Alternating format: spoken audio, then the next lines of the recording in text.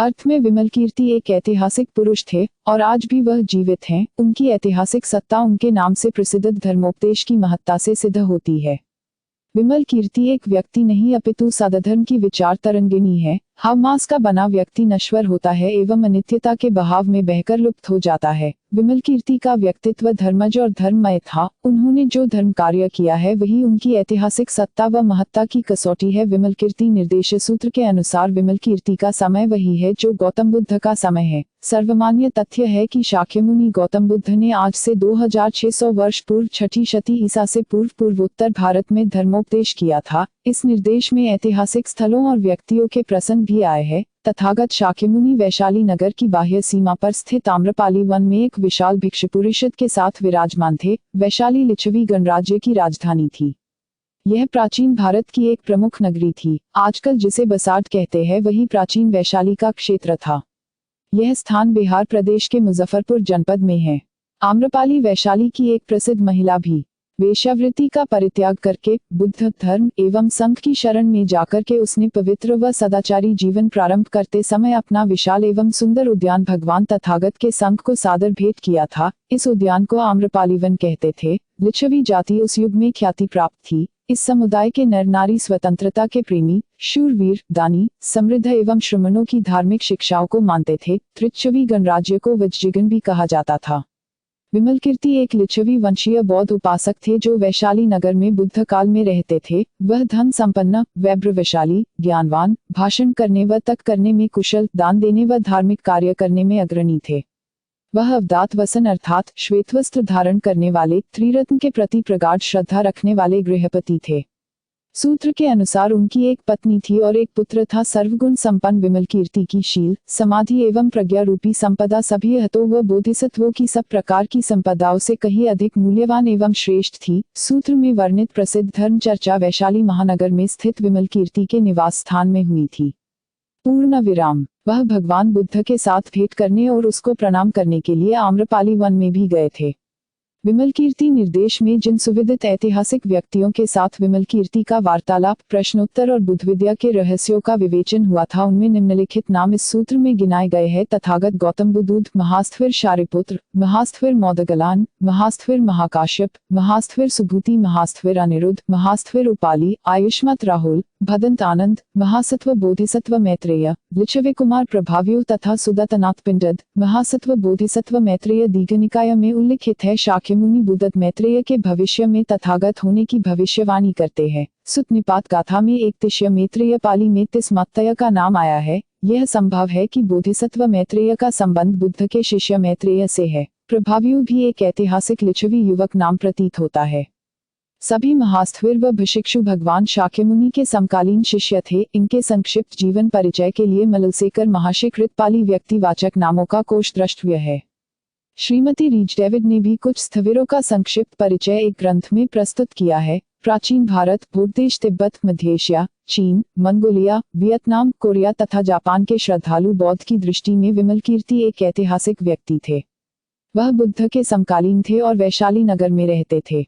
उनको महासत्व, बोधिसत्व, कुलपुत्र, सत्पुरुष, लिच्छवी, गृहपति एवं उपासक कहा गया है। चीनी भाषा में सुरक्षित बौद्ध ग्रंथों में विमल कीर्ति के घर व परिवार के विषय से कुछ सूचनाएं उपलब्ध है। पंचम शती ईस्वी के प्रथम दशक में चीनी बौद्ध परिव्राजक फाहियान भारत आया था। उसने वैशाली का, वहां के आम्रपालीवन का तथा आम्रपालीवन में निर्मित बौद्ध विहार का वर्णन किया है। ईस्वी सन 527 में ली दाओ युआन नामक चीनी बौद्ध लेखक ने अपने ग्रंथ शुई चिंग दू में वैशाली नगर का और वहां पर स्थित विमल कीर्ति के घर का उल्लेख किया है। 7वीं शती ईस्वी सन के उत्तरार्ध में चीनी बौद्ध शास्त्रकार एवं तीर्थयात्री श्वान चांग ने भारत में बहुत वर्ष बिताए थे। उसने वैशाली की भी यात्रा की थी। वह उस स्थान का उल्लेख करता है जहां पर रत्नाकर के साथ सैकड़ों लिच्छवियों ने तथागत को बहुमूल्य छत्र रत्न भेंट किए थे और जहां पर विमल कीर्ति निर्देश सूत्र का प्रकाशन हुआ था। उसने विमल कीर्ति के निवास गृह के खंडहर और वहां पर निर्मित स्तूप का भी वर्णन किया है। शिलादित्य हर्षवर्धन के समय 7वीं शती ईस्वी सन के मध्य से भारत में चीनी राजदूत बाग हुएन तसे ने भी वैशाली की यात्रा की थी और विमल कीर्ति की कोठी में उस कक्ष की माप की थी जिसमें विमल कीर्ति ने धर्मोपदेश किया था। उसके अनुसार विमल कीर्ति का कमरा 10 क्यूबिट लंबा और 10 क्यूबिट चौड़ा था। चीनी में इस 10 क्यूबिट लंबे व चौड़े कक्ष को फन चक कहा गया है। 1 क्यूबिट की लंबाई मनुष्य की एक बाह की पूरी लंबाई, कंधे के जोड़ से उंगलियों तक लगभग 20 इंच के बराबर होती है।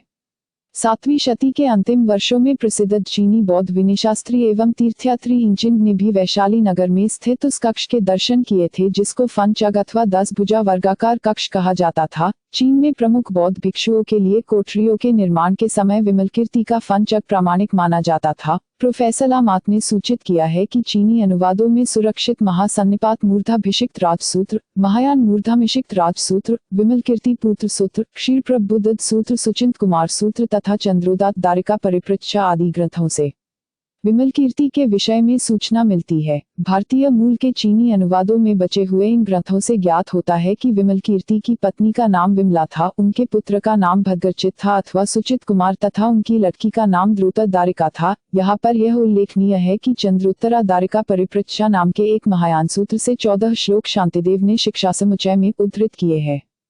जिशु ओशिका महाशय ने इस ग्रंथ तथा विमलकीर्ति निर्देश सूत्र के बीच के संबंध को अपने एक लेख का विषय बनाया है। यह लेख जापानी में प्रकाशित है। पिता, पुत्र तथा पुत्री तीनों के नाम से 3 सूत्र विमलकीर्ति निर्देश, सुचिंत कुमार सूत्र तथा चंद्रोत्तरा दारिका परिपृच्छा सूत्र प्राचीन भारत में प्रकाशित होकर चीनी में अनुदित हुए थे।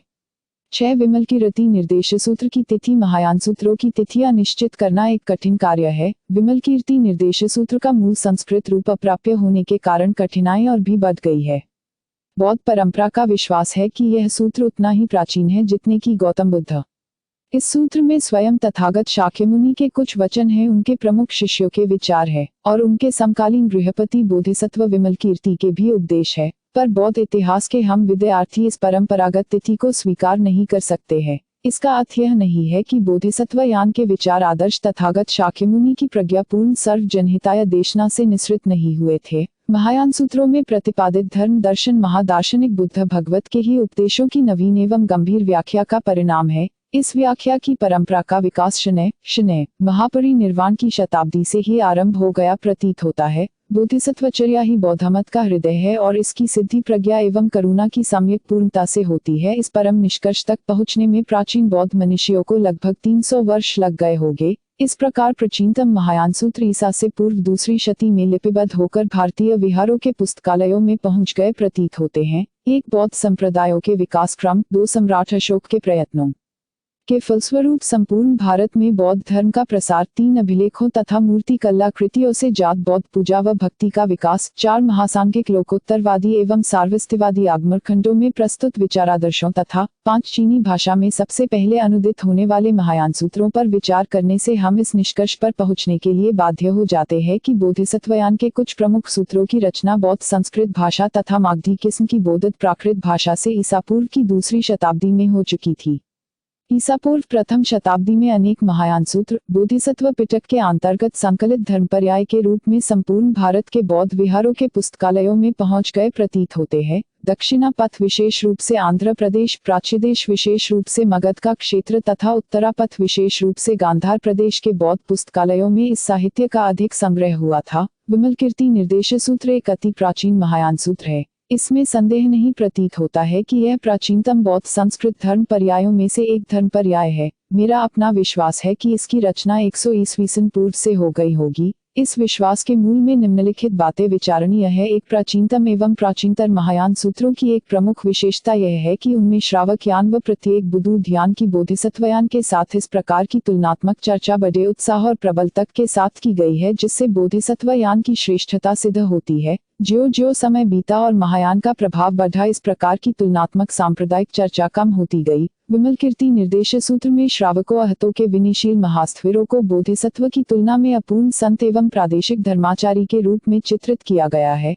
बोधिचित्तोत्पाद का महत्व, उपाय कौशल्य की गरिमा और सर्वधर्म स्वभाव शून्यता की प्रभुता इस चर्चा का मुख्य विषय है, जो स्थविरों के अभिधर्म चिंतन एवं प्रामाणिक भिक्षु जीवन को तुलनात्मक दृष्टि से दरिद्र सिद्ध करते दिखाई देते हैं। बोधिसत्व यान की श्रेष्ठता स्थापित करने के प्रयत्न। विमलकीर्ति निर्देश सूत्र की प्राचीनता के द्योतक है। 2 सूत्र समुच्चय नामक एक महायान शास्त्र में विमलकीर्ति निर्देश के कुछ कथन वचन उद्धत है। भारतीय तथा भूतदेशीय साहित्यिक प्रमाणों के अनुसार सूत्र समुच्चय की रचना आचार्य नागार्जुन ने की थी। आचार्य नागार्जुन का समय विवादास्पद होने पर भी उनका जीवन काल प्रथम शताब्दी ईस्वी सन के पश्चात कदाचित नहीं माना जा सकता है। जिस सूत्र के उद्धरण प्रथम शताब्दी ईस्वी सन में नागार्जुन द्वारा रचित सूत्र समुच्चय में समाविष्ट हो, उसकी रचना का समय नागार्जुन के समय से 150 वर्ष पूर्व माना जाना चाहिए। इस प्रकार यह कहा जा सकता है कि विमलकीर्ति निर्देश सूत्र का रचना काल नागार्जुन के जीवन काल से पहले लगभग 100 वर्ष ईसा पूर्व है। जो आधुनिक लेखक नागार्जुन को दूसरी शताब्दी ईस्वी सन का आचार्य मानते हैं, उन्हें भी विमलकीर्ति निर्देश सूत्र का समय पहली शती ईस्वी सन स्वीकार करना होगा।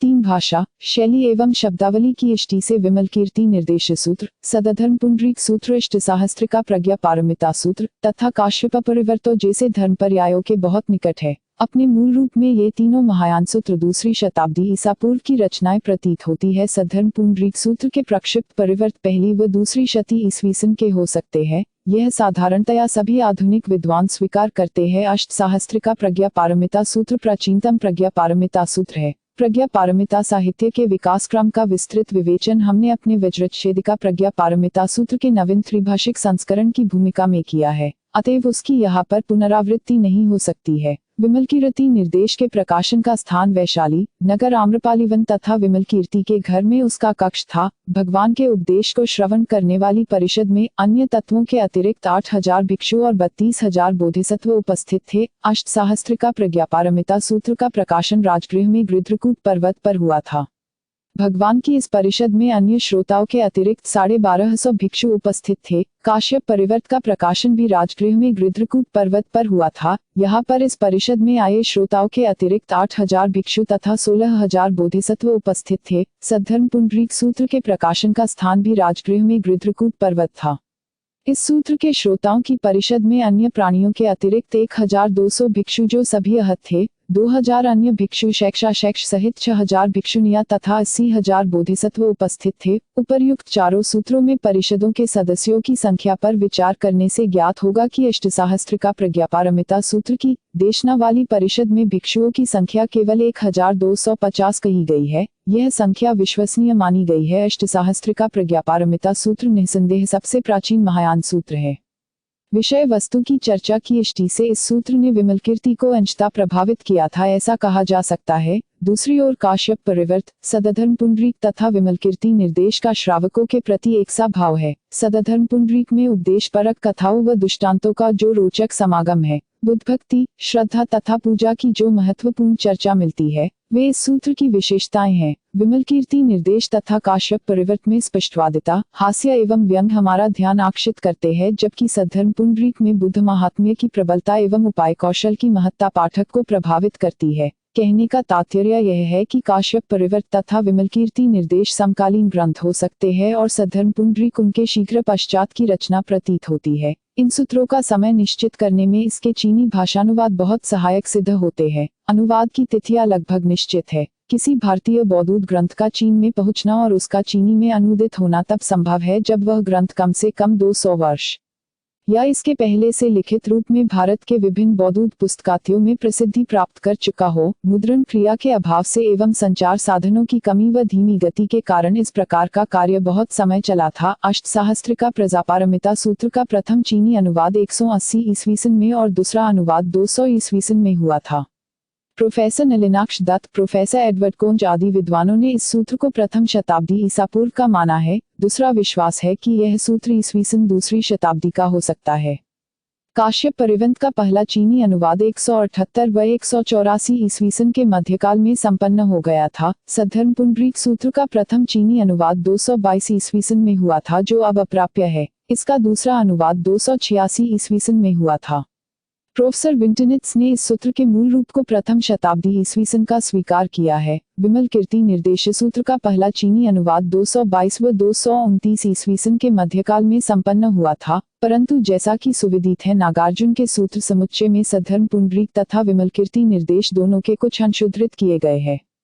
अतएव यह निष्कर्ष तक संगत प्रतीत होता है कि विमलकीर्ति निर्देश सूत्र की रचना प्रथम शताब्दी ईसा पूर्व में हुई होगी। 7 विमलकीर्ति निर्देश और पाली त्रिपिटक यद्यपि थेरवाद अथवा स्थविरवाद की दृष्टि से विमलकीर्ति निर्देश सूत्र में प्रतिपादित अनेक विचार क्रांतिकारी है, तथापि इस सूत्र की कुछ महत्वपूर्ण सामग्री पाली त्रिपिटक के ग्रंथों में उपलब्ध विचारों एवं आस्थाओं के साथ समानता रखती है। इस महायान सूत्र का मूल संस्कृत संस्करण संभवतः सदा के लिए समाप्त हो गया है, इसलिए इसके भोटिया अनुवाद तथा उस पर आधारित संस्कृत पुनरुद्धार एवं हिंदी व्याख्या की प्रामाणिकता की दृष्टि से मैंने अपने अनुवाद की पाठ टिप्पणियों में यथाशक्ति यह प्रयत्न किया है कि पाली ग्रंथों से संबंधित अथवा तुलनीय सामग्री की सूचना दे दी जाए। अनुवाद की पाठ टिप्पणियों को पढ़ने से ज्ञात होगा कि हमारे सूत्र का संकलनकर्ता व लेखक प्राचीन बौद्ध निकायों अथवा आगमों से सुपरिचित था। इन पाठ टिप्पणियों में त्रिपिटक अंतर्गत 14 पालनी ग्रंथों से 75 से अधिक अतुलनीय उद्धरण व सूचनाएं एकत्रित की गई है। लामात महाशय ने अपने विमलकीर्ति निर्देश सूत्र के फ्रेंच अनुवाद की भूमिका में पाली त्रिपिटक के 5 ग्रंथों से 22 तुलनीय स्थलों की सूची प्रस्तुत की है, जिनकी पूर्ण सूचना उनके ग्रंथ की पाठ टिप्पणियों से प्रकाशित है। प्रोफेसर लामात द्वारा एकत्रित संदर्भ विवरण त्रिपिटक के पाली टेक्स्ट सोसाइटी द्वारा प्रकाशित रोमन संस्करण में द्रष्टव्य है।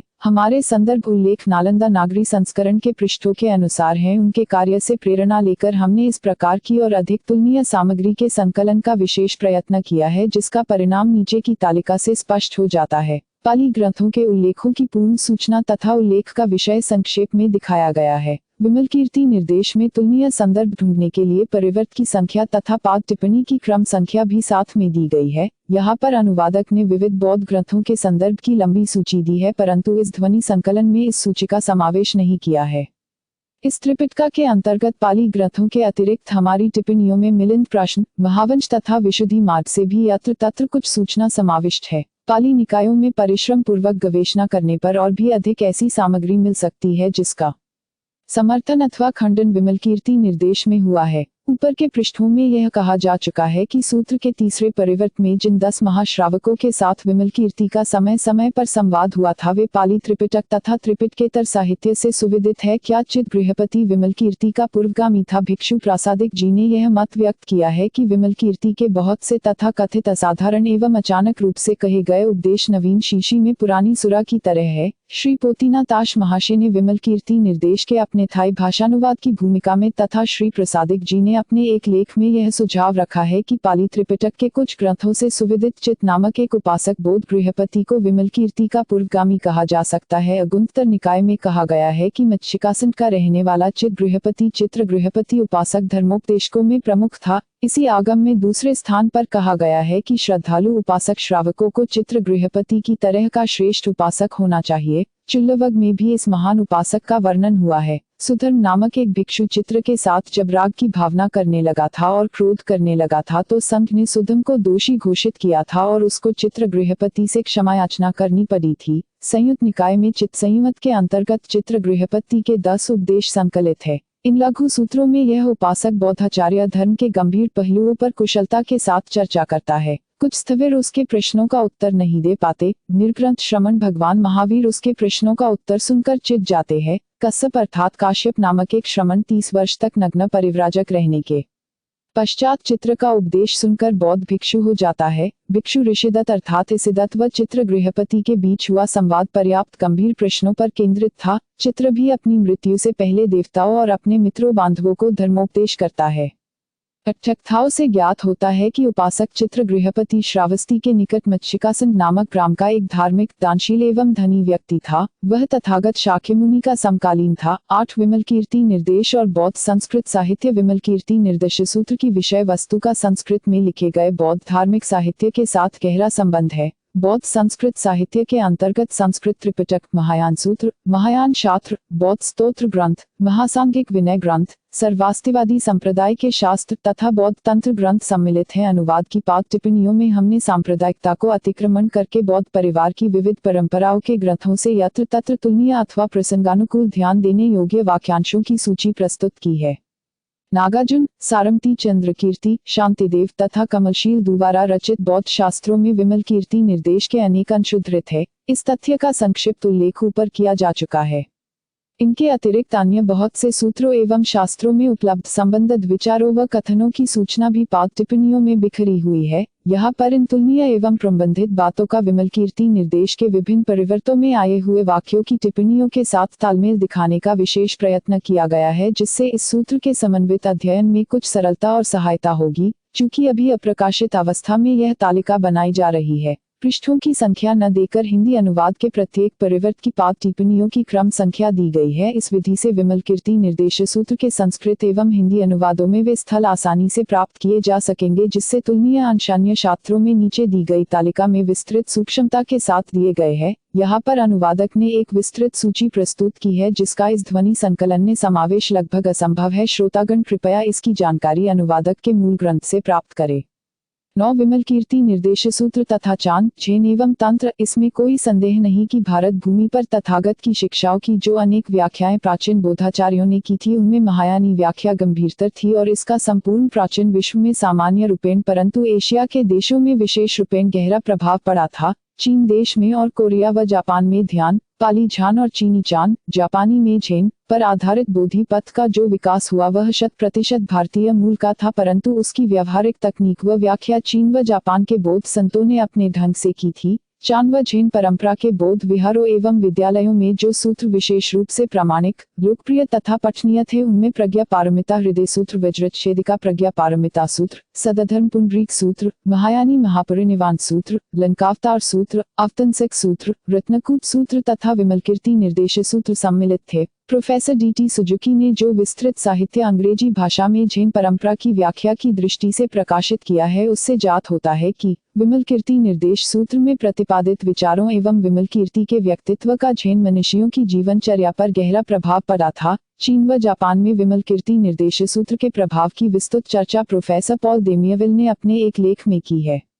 चांद एवं झेन में न केवल प्रमुख महायान सूत्रों का अपितु बौद्ध तंत्रों का भी गहरा प्रभाव परिलक्षित होता है। डॉक्टर रिचर्ड रॉबिन्सन ने चांद संप्रदाय के द्वितीय आचार्य हुइको की शिक्षाओं पर टिप्पणी करते हुए लिखा है कि ये सभी विचार हमने भारतीय शून्यवाद तथा वज्रयान में देखे हैं। संसार एवं निर्वाण का तादात्म्य, तथागत गर्भ को बुद्धत्व का नैसर्गिक रतन मानना, इस शरीर को बुद्धकाय समझना तथा अन्य वस्तुओं में से एक वस्तु के रूप में निर्वाण की गवेषणा करने की निष्फलता। ध्यान संप्रदाय के आचार्यों ने तांत्रिक कवियों की भांति ही कोई नवीन विचारों को जन्म नहीं दिया, अपितु उन्होंने एक व्यापक रूप से प्रचलित साहित्य से सर्वाधिक शक्तिशाली धार्मिक विचारों को संकलित करके उनका निचोड़ प्रस्तुत किया। भिक्षु प्रासादिक ने 2 भिन्न लेखों में संतोषजनक रूप से और प्रामाणिक सामग्री की तुलनात्मक समीक्षा करके यह दर्शाया है कि विमल कीर्ति निर्देश सूत्र में प्रकट विचारों से चांद, झेन व तांत्रिक संप्रदायों के अनेक मूलभूत विचार असंदिग्ध रूप से प्रभावित हुए थे। डॉक्टर रॉबर्ट थमन ने भी विमल कीर्ति निर्देश सूत्र में तांत्रिक विचारों व पद्धतियों को देखने व दिखाने का प्रयत्न किया है। यह कहना उचित है कि विमल कीर्ति निर्देश सूत्र में प्रतिपादित अनेक क्रांतिकारी विचारों का जैन आचार्यों तथा वज्रयान के सिद्धों की शिक्षाओं पर स्थायी प्रभाव पड़ा था, परंतु डॉक्टर थमन का यह मत कि विमल कीर्ति वास्तव में गुह्य समाज की ही भांति का तांत्रिक मार्ग प्रतिपादित करता है, अतिशयोक्तिपूर्ण है। विमल कीर्ति निर्देश सूत्र के कुछ वाक्यांशों की तुलना बौद्ध तांत्रिक ग्रंथों के कुछ अंशों से की जा सकती है। इस दिशा में अभी तक किसी लेखक ने कोई प्रयत्न नहीं किया है, अतएव यहाँ पर कुछ तुलनीय अंश उद्धृत करना उचित जान पड़ता है। विमल कीर्ति निर्देश सूत्र के चौथे परिवर्त में कहा गया है कि उपाय के बिना प्रज्ञा बंधन का कारण है और उपाय के साथ प्रज्ञा मुक्तिदात्री है। उपाय का अर्थ करुणा है। करुणा की भावना करना बोधिसत्व का प्रमुख कार्य है। दान, शील, प्रेम, अहिंसा, त्याग, शांति, नम्रता, परात्म समता तथा परात्म परिवर्तन आदि सभी कार्य करुणा से ही संभव है। उपाय कौशल्य का व्यापार करुणा पर आधारित है, अतः कोरी प्रज्ञा को अपूर्ण मार्ग कहा गया है। प्रज्ञा का अर्थ शून्यता है। शून्यता ज्ञान की पराकाष्ठा है। इसे पारंगता प्रज्ञा अथवा प्रज्ञा पारमिता कहा जाता है। सर्वधर्म समता का जान प्रज्ञा है। सभी धर्मों का स्वभाव निस्वभावता है, इसी को धर्मता और तथता कहा जाता है। प्रज्ञा एवं उपाय का सामंजस्य बोधिचर्या का हृदय है। यह विमल कीर्ति का एक महत्वपूर्ण उपदेश है। तांत्रिक आचार्यों अथवा सिद्धों की रचनाओं में इस उपदेश को साधना दर्शन का केंद्र बिंदु माना गया है। निर्वाण को प्रजोपाय एवं युग्नध की संज्ञा देकर सिद्धों ने वस्तुतः लिच्छवी उपासक के विचार को आगे बढ़ाया था। प्रज्ञोपाय की तांत्रिक बौद्ध ग्रंथ में पुनः व्याख्या हुई है। इस विषय पर निम्नलिखित पंक्तियां ध्यान देने योग्य है। प्रजोपायात्म को धर्मात्मा योग इत्युच्यते। सेकोदेष्टिका से कालचक्र का विचार प्रज्ञा अर्थात शून्यता तथा उपाय अर्थात करुणा की एकता पर ही आधारित है। जिस प्रकार विमलकीर्ति निर्देश सूत्र में प्रजा को माता और उपाय को पिता कहा गया है, उसी प्रकार तंत्रों में प्रज्ञोपाय व युग्नध अथवा भोटीय भाषा में यवयुम को माता पिता का योग अथवा सहजावस्था कहा गया है। तथापि महासुख अथवा परमार्थ न स्त्री है न पुरुष। विमलकीर्ति निर्देश सूत्र में संसार की महत्ता प्रकाशित की गई है, क्योंकि बोधिसत्व की धर्मचर्या संसार पर निर्भर करती है। परमार्थता न संसार है और न निर्वाण, क्योंकि परमार्थ है, निष्प्रपंच है, संसार व निर्वाण के विचार द्विवेग्रस्त है। अतः दोनों में कोई अंतर नहीं है। तंत्रों में इस विचार ने बड़ा जोर पका और सिद्धों ने भी विमलकीर्ति एवं नागार्जुन से प्रेरणा लेकर संसार और निर्वाण की यमकस्यतस्तता को अपने दर्शन का आधार माना। संसार को स्वीकार कर लेने पर संसार के सभी तत्वों को अपनाना पड़ेगा। अविद्या, राग, देश, मोह, अहंकार, सत्काय दृष्टि, तृष्णा, पाप, क्लेश, नरक, तिर्यक गति और निरंतर जन्म मरण की परंपरा सभी बोधिचर्या के संबल है। विमलकीर्ति धक्कामार भाषा का प्रयोग करते हैं। सिद्धों की भाषा भी धक्का मारने वाली है और कहते हैं कि तथागत का गोत्र विद्या, भवतृष्णा, सत्काय दृष्टि, राग, द्वेष, मोह, विपर्यास निवारण, संयोजन, संक्षेप में 62 दृष्टियां तथागत गोत्र है। संसार ही तथागत का कार्य क्षेत्र है। संसार नहीं होगा तो निर्वाण की आवश्यकता ही क्या होगी। इस विचार को तंत्रों और सिद्धों ने प्रभावशाली ढंग से अपनाया और व्यक्त किया है। ऊपर लगभग 1 दर्जन तांत्रिक ग्रंथों से कुछ चुने हुए उद्धरण इस अभिप्राय से लिए गए हैं कि पाठकों को तांत्रिक बौद्ध दर्शन एवं साधना के चरम लक्ष्य का कुछ परिचय मिल सके। उपर्युक्त श्लोकों की भाषा द्वारा भ्रांति होने का डर है। ये सभी कथन परमार्थ के दृष्टिकोण से समझे जाने चाहिए। इनका शाब्दिक अर्थ मात्र पकड़ने से अनर्थ होगा। तात्पर्य यह है कि अंतिम योग अथवा परम मुक्ति में शुभाशुभ या पुण्य पाप या बंध मोक्ष की तरह का कोई द्वैत अथवा प्रपंच नहीं होता है, और जब तक परम मुक्ति प्राप्त नहीं होती तब तक सभी प्राणियों को अपने समान समझकर उनको सुखी, शुद्ध एवं मुक्त करने का उपाय कौशल्य जारी रखना है। इसी अर्थ में बोधिचर्या को रागचर्या कहा गया है। यह कहने की आवश्यकता नहीं है कि सिद्धों व तंत्रों के मिथुन योग अथवा शक्ति साहचर्य का लेश मात्र भी संकेत विमलकीर्ति के उपदेशों में नहीं मिलता है। वह तो विशुद्ध तांत्रिक विशेषता है। विमलकीर्ति निर्देश सूत्र एक तांत्रिक पुस्तक नहीं है, यह तो प्रथम श्रेणी का महायान सूत्र है। तंत्रों की एक अन्य विशेषता मंत्र विद्या है। यह विशेषता भी हमारे सूत्र में अनुपलब्ध है। परमार्थ साधन में गृहस्थ व भिक्षु का भेद महत्वपूर्ण नहीं है। निर्वाण सर्वत्र सबके द्वारा और सभी अवस्थाओं में प्राप्त हो सकता है, यदि चित्त शोधन द्वारा परिनिष्पन्न का साक्षात्कार हो गया हो और प्रज्ञा द्वारा अहंकार ममकार का विनाश हो चुका हो। विमलकीर्ति निर्देश सूत्र का यह उपदेश सिद्धों एवं मध्यकालीन वैष्णव संतों के जीवन दर्शन का आधार था। 10 विमलकीर्ति निर्देश का धर्म एवं दर्शन एक बुद्ध क्या है। बौद्ध धर्म दर्शन के विस्तृत साहित्य में जिस गंभीर बोध विद्या का विकास एवं प्रतिपादन हुआ है, उसका अध्ययन आधुनिक काल में अभी तक हुआ नहीं है। बुद्ध विद्या बोध विद्या का एक भाग अथवा पहलू है। बुद्ध विद्या के अंतर्गत बौद्ध धर्म, दर्शन, आचार प्रणाली, पूजा, भक्ति, मंत्र, ध्यान, योगाभ्यास, तंत्र, तर्क शास्त्र, शिल्प कलाएं, मूर्ति कला, चित्रकला, ज्योतिष, चिकित्सा शास्त्र, पाली, संस्कृत, प्राकृत, बौद्ध संस्कृत, भूटिया, चीनी, जापानी, सिंगली, श्यामी, बर्मी, निवाडी आदि अनेक अन्य भाषाओं में बौद्ध साहित्य, बौद्ध जगत के पुरातत्व अवशेष, बौद्ध धर्म दर्शन का अन्य धार्मिक व दार्शनिक परंपराओं के साथ तुलनात्मक परिशीलन, समाज शास्त्र एवं राजनीति शास्त्र की इष्टियों से बौद्ध समाज व्यवस्थाओं का अध्ययन तथा अन्य संबंधित विद्याएं सम्मिलित है। परंतु बुद्ध विद्या का विषय बुद्ध के बुद्धत्व का वैज्ञानिक अध्ययन करना है। बुद्ध के विषय में विचारों, विश्वासों, धारणाओं, आस्थाओं, पुराकथाओं तथा श्रद्धा, संस्कृति मूलक मूल्यों का विधिवत विश्लेषण एवं अध्ययन करना बुद्ध विद्या का प्रमुख विषय क्षेत्र है। इस अर्थ में बुद्ध विद्या आधुनिक बौद्ध विद्वानों में अभी लोकप्रिय नहीं हुई है।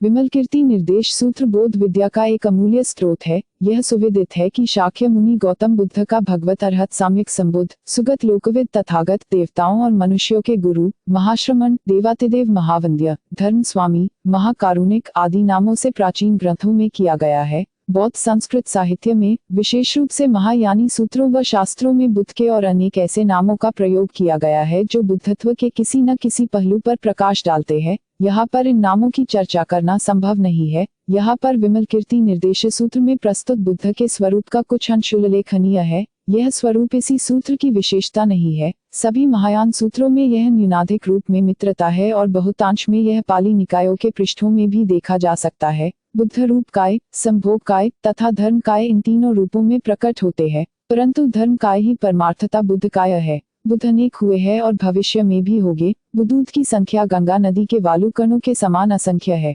परंतु सभी बुद्धों का बुद्धत्व अथवा बोधि एक ही है। बुद्धत्व की एकता को अद्वय ज्ञान, तथता, धर्म, धातु, भूत, कोटि, परमार्थ, निर्वाण, धर्म, अचिंत्य, विमोक्ष, सर्वजता आदि नामों से संकेतित किया गया है। परमार्थता बुद्ध वाच्य, अनभिलाप्य, अतर्कावचार, अकल्पनीय एवं मन और वाणी के कार्य क्षेत्र के बाहर निराकार एवं सर्वव्यापी तत्व है। परंतु बुद्ध का स्वरूप सृष्टिकर्ता ईश्वर अथवा ब्रह्म के जैसा नहीं है। बुद्ध के स्वरूप में शील, समाधि, प्रज्ञा, मुक्ति ज्ञान दर्शन का, महापुरुष के 32 लक्षणों एवं 80 अनुव्यंजनों का, 6 अभिज्ञाओं का, 4 आर्य सत्यों के ज्ञान का, प्रतीत्य समुत्पाद दुख, अनित्य एवं अनात्म के ज्ञान का, 4 वैशारध्यों 10 बलों एवं 18 आव्यनिक अर्थात खास विशिष्ट बुद्ध गुणों का, सर्वज्ञता, अनंत उपाय, कौशल्य, अनंत महामैत्री एवं तीनों लोकों में निरंतर क्रियाशील महाकरुणा का, ज्ञान संभार एवं पुण्य संभार का ऐसा अनुत्तर एवं परिपूर्ण विकास सन्निहित होता है कि बुद्ध के स्वरूप की व्याख्या स्वयं बुद्ध भी नहीं कर सकते हैं। देखिए लिच्छवी कुमार रत्नाकर की बुद्ध स्तुति। इसी ग्रंथ के प्रथम परिवर्त में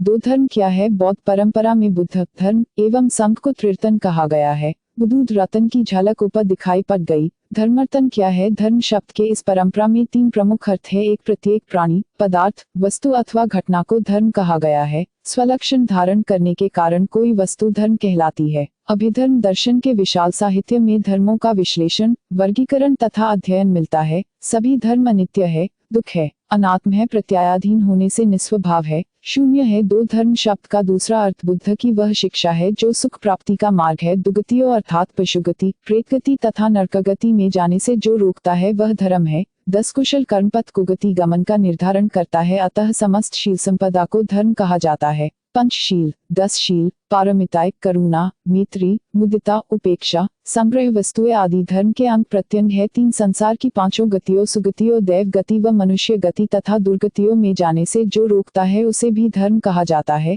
जन्म मरण व्यवस्था का विधारण करने के कारण, संसार को निराधार करने के कारण और संसार को समाप्त करके मोक्ष की प्राप्ति से उपलब्ध होने के कारण निर्वाण को भी धर्म कहा जाता है।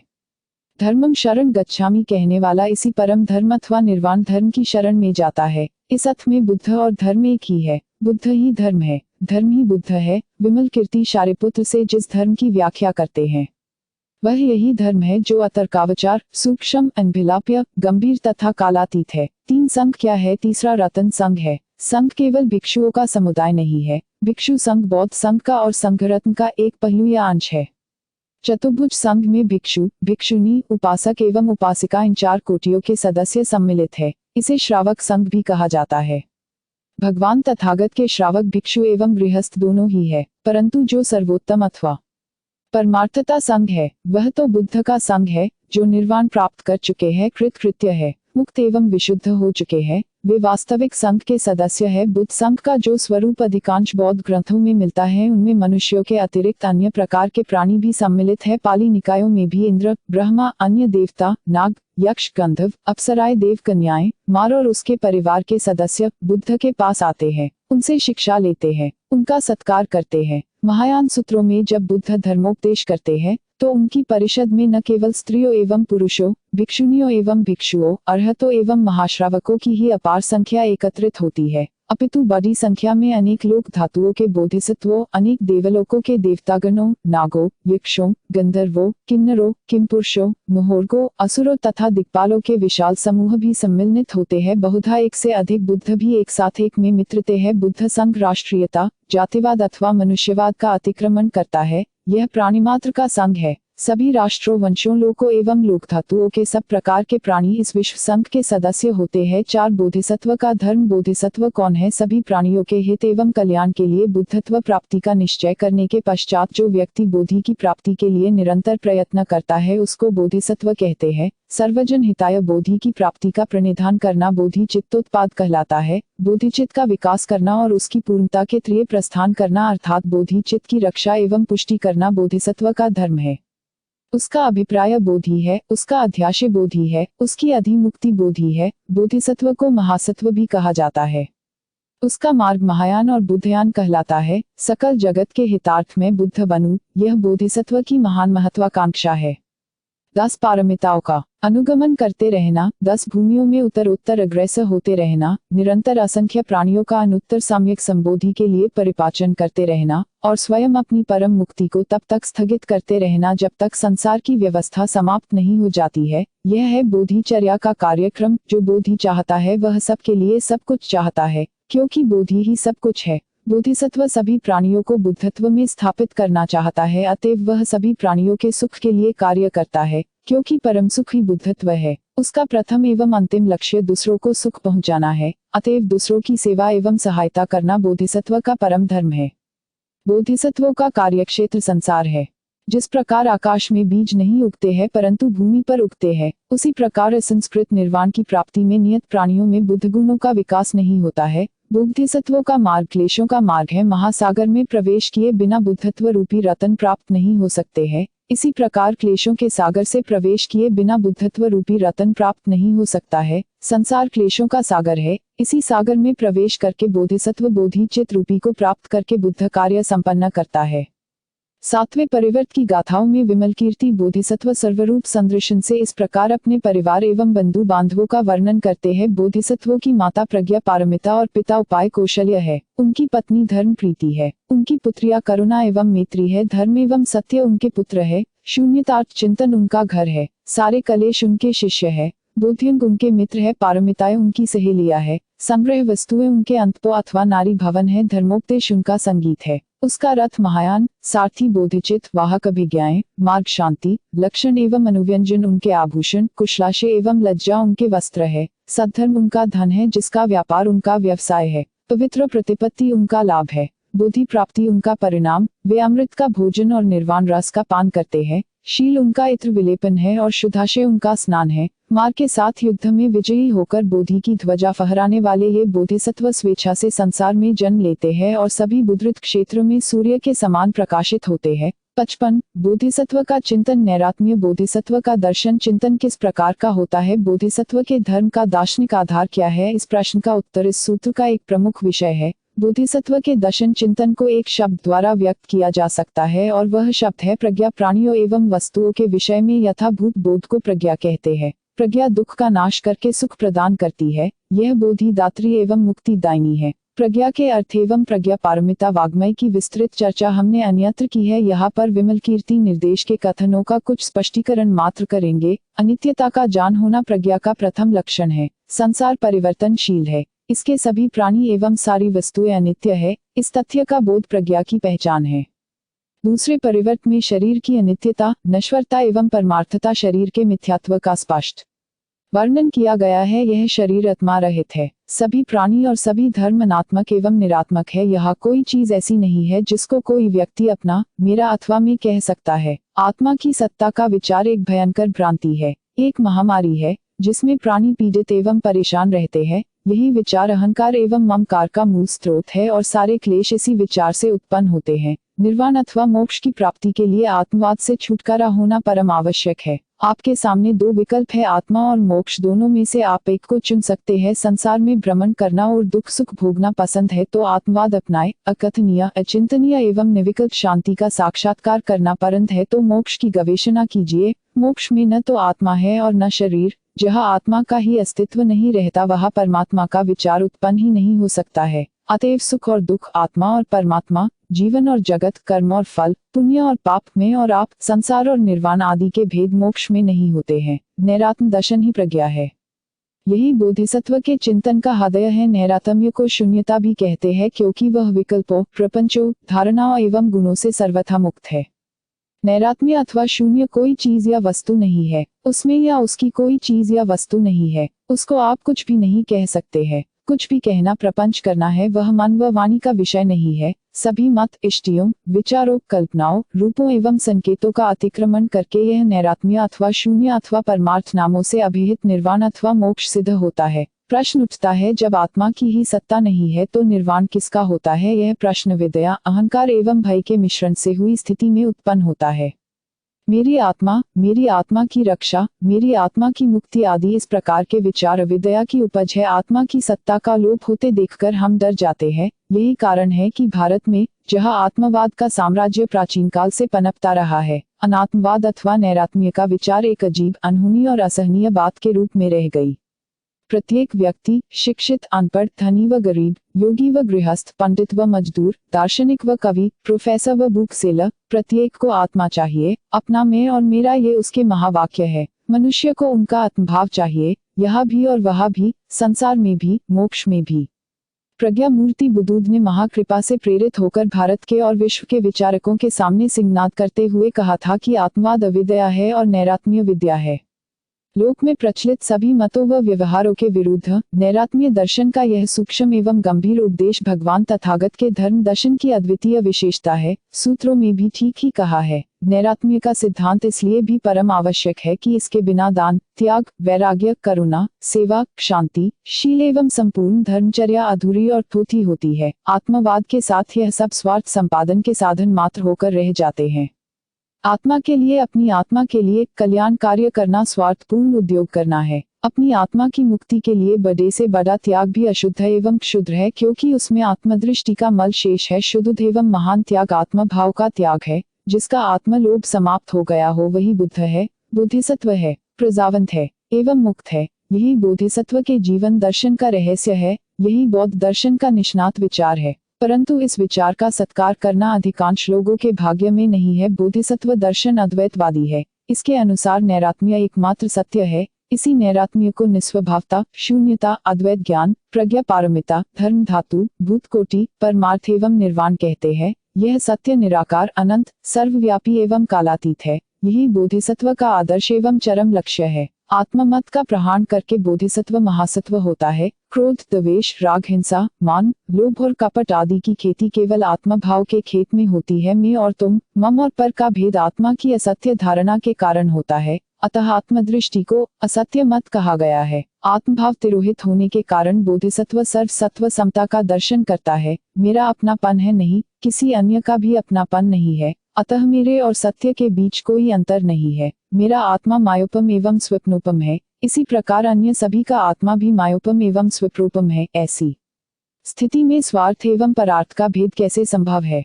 इस चिंतन का परिणाम परात्म समता और परात्म परिवर्तन के विचार है, जो बोधिसत्व के दर्शन में अंतर्निहित है। नैरात्म अथवा निस्वभावता ही परमार्थ दर्शन है। स्वभाव को ही आत्मभाव कहते हैं। चूंकि इसकी सत्ता नहीं है, अतः यह उपलब्ध नहीं होता है।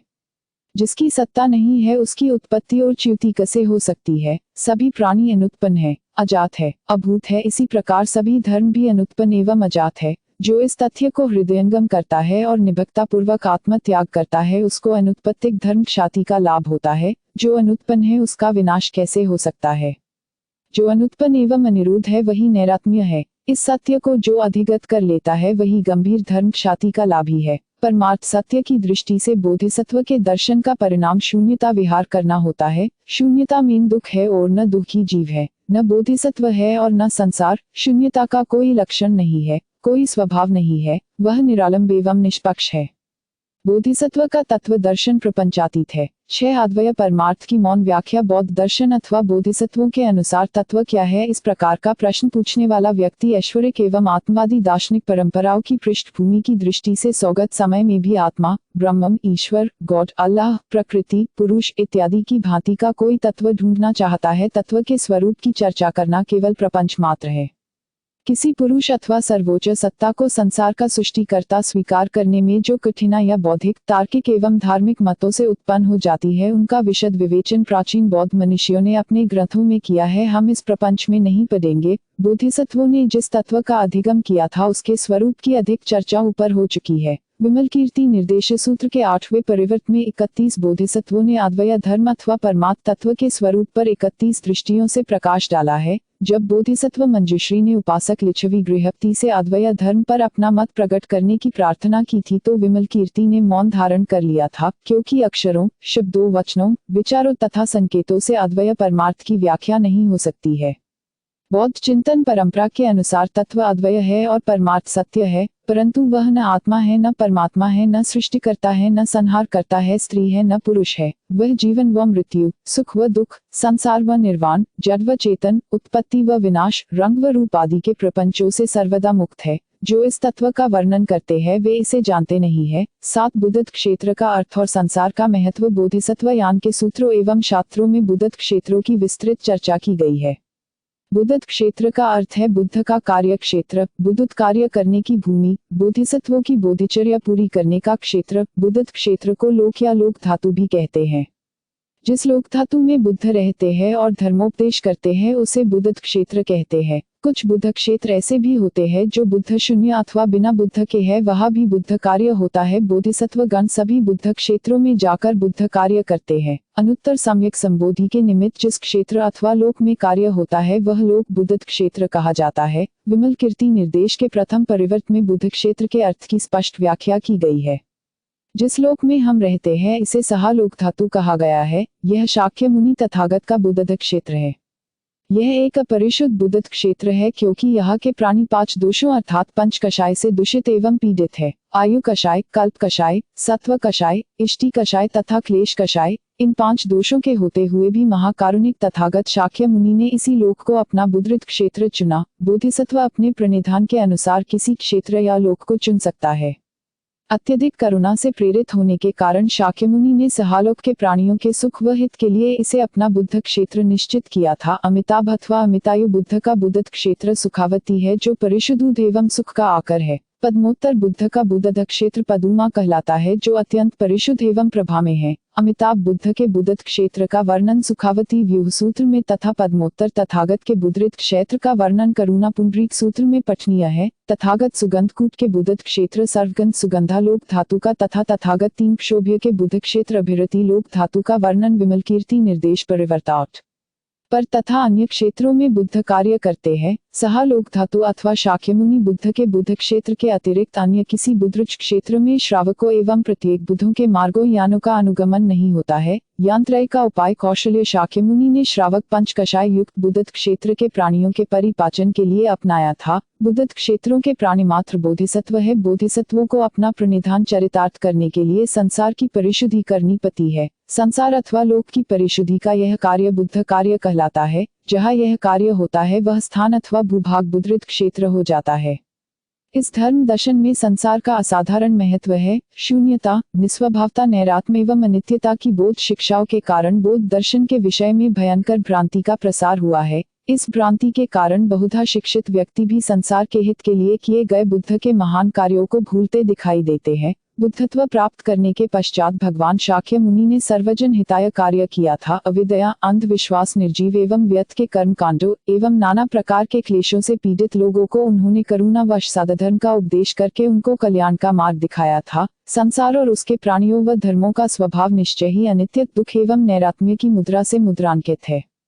इसमें कोई संदेह नहीं है, परंतु इसका यह अर्थ कदापि नहीं हो सकता है कि सद्धर्म का पुजारी और बुद्ध का पुत्र संसार को निवान बनाने का, दुखी प्राणियों को सुखी बनाने का, क्रोध को मित्रता से परास्त करने का, अविद्या अंधकार को प्रज्ञा प्रकाश से दूर करने का, हिंसा एवं क्रूरता के स्थान पर मैत्री एवं प्रेम फैलाने का, स्वार्थोन्मुखी प्रवृत्तियों के स्थान पर परात्मुखी विचारादर्शों का प्रसार करने का और ऊंच नीच व छुआछूत को हटाकर समानता एवं पवित्रता के आदर्शों की स्थापना करने का प्रयत्न नहीं करता है। वास्तव में त्याग और का, करुणा और मैत्री का, दान और सेवा का, श्रद्धा और पूजा का, विद्या एवं शिल्प का, शांति एवं सौहार्द का, समानता एवं सहयोग का, प्राणी मात्र के प्रति दया, सहानुभूति एवं प्रेम का जितना अधिक प्रचार और प्रसार विश्व में बौद्ध धर्म दर्शन के कारण हुआ है उसकी तुलना किसी अन्य परंपरा के अच्छे परिणामों के साथ करना कठिन है। दुनिया की सभी प्रमुख धार्मिक परंपराओं ने दुनिया के लोगों के हित में योगदान किया है, इसमें संदेह नहीं है।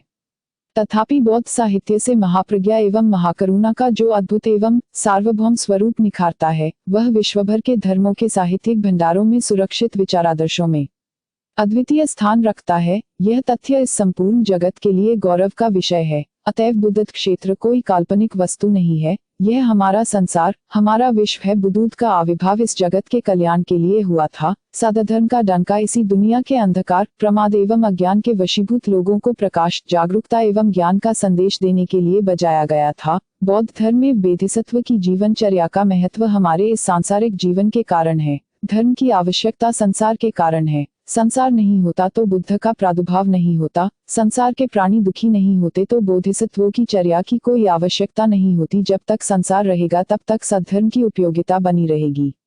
स्पष्ट है कि बौद्ध धर्म न संसार से विमुख है और न समाज के प्रतिकूल है। भिक्षु जीवन संसार में रहकर संसार से निलिप्त रहने का एक मार्ग है। भिक्षु हो अथवा गृहस्थ, उसे शील का पालन करना है, अहिंसा का पालन करना, चोरी न करना, झूठ न बोलना, मैथुन विषयक भ्रष्टाचार न करना, सुरापान आदि प्रमादकारी खाद्य पेय से विरत रहना आदि नियमों का पालन समाज में रहकर ही हो सकता है। जनशून्य स्थान अथवा एकांत वन में शील का कोई महत्व या औचित्य नहीं हो सकता है। करुणा, मैत्री, मुदिता एवं उपेक्षा सामाजिक जीवन में भावनीय गुण है। 10 कुशल कर्म पथों का अनुगमन तथा 10 पारमिताओं का अभ्यास आकाश में या जनशून्य जंगल में असंभव है। इनका औचित्य और महत्व मानव समाज में और प्राणी जगत में ही है। बोधिसत्व का उपाय कौशल्य प्राणियों की सेवा करने की एक कला है। विमल कीर्ति निर्देश सूत्र के प्रथम परिवर्त में त्रिच्छवि कुमार बोधिसत्व रत्नाकर का अन्य 500 लिच्छवी कुमारों के साथ भगवान शाक्य मुनि के पास जाकर बुद्धत्व क्षेत्र की परिशुद्धि की विधि के विषय में प्रश्न करने का उल्लेख है। इस प्रश्न के उत्तर में तथागत ने जो कुछ कहा उसके सारांश के साथ हम इस भूमिका का समापन करना चाहते हैं। जगत के अद्वितीय बंधु बुद्ध ने उन लिच्छवी कुमारों से इस प्रकार कहा, कुलपुत्रों, बोधिसत्व का बुद्धत्व क्षेत्र सत्वों के हितार्थ क्रियाओं के कारण से ही होता है। बुद्धत्व क्षेत्र वस्तुतः आशय क्षेत्र है। बुद्ध क्षेत्र उदार चित्तोत्पाद है। बोधि चित्तोत्पाद है। बुद्धत्व क्षेत्र दान क्षेत्र है, शील क्षेत्र है। बुद्धत्व क्षेत्र क्रांति क्षेत्र एवं वीर्य क्षेत्र है। बुद्धत्व क्षेत्र ध्यान एवं प्रज्ञा क्षेत्र है। यह करुणा, मैत्री, मुदिता एवं उपेक्षा की अपरिमित भावनाओं का क्षेत्र है। इस प्रकार के बुद्ध क्षेत्र में अध्याशय युक्त, उदारचित एवं बोधिचित वाले प्राणी उत्पन्न होते हैं। ऐसे बुद्ध क्षेत्र में दानी, शीलवान, ध्यानी, वीर्ययुक्त एवं प्रज्ञावंत प्राणी उत्पन्न होते हैं। ऐसे बुद्ध क्षेत्र में अपरिमित भावनाओं वाले प्राणी उत्पन्न होते हैं। बोधिसत्व का परिशुद्ध बुद्धत्व क्षेत्र उसके परिशुद्ध आचरण का परिणाम होता है। बुद्ध क्षेत्र 37 बोधि पाक्षिक धर्मों का और उपाय कौशल्य का क्षेत्र है। इस क्षेत्र के क्षेत्रज बोधिसत्व है जो बोधि की वृष्टि करते हैं। इस क्षेत्र में श्रद्धा के बीज उगाए जाते हैं, धर्म के वृक्ष रोपे जाते हैं और निर्वाण रूपी फल लगते हैं। बुद्धत्व क्षेत्र की परिशुद्धि के लिए हम सबको अपने चित्त की परिशुद्धि करनी चाहिए। बुद्ध क्षेत्र परिशुद्ध चित्त का परिणाम है।